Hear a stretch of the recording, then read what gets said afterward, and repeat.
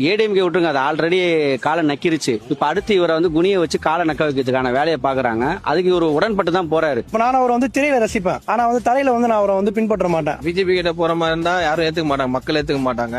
நாங்க ஏத்துக்க மாட்டோம். இந்த பக்கம் மாறி அந்த பக்கம் மாறி போறது எங்களுக்கு பிடிக்காது. பிஜேபி கூட கூட்டணி வச்சா சப்போர்ட் பண்ண மாட்டோம் நாங்க. இப்ப அவர் தான் சொன்னாரு, சிபிஐ எல்லாமே வந்துட்டு யாருகிட்ட இருக்கு, மத்திய அரசு கிட்ட இருக்கு.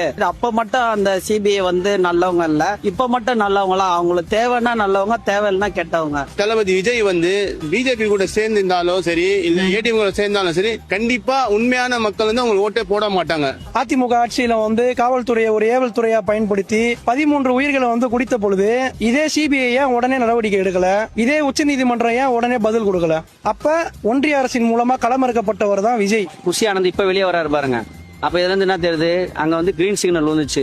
நமக்கு அடிமை ஆயிட்டான் இவன், இதுக்கப்புறம் இவனை வச்சுதான் இனிமே நம்ம ஓட்டை வாங்கணும். மோடிஜி இருக்காரு, சும்மா ஜி இல்ல அவரு, எல்லாரையும் நோண்டிட்டு இருப்பாரு. அங்க மத்தியில உட்காந்து நம்ம தமிழ்நாட்டை வந்து நோண்டணும் சொல்லி ஒரு ஐடியால இருக்கா போல.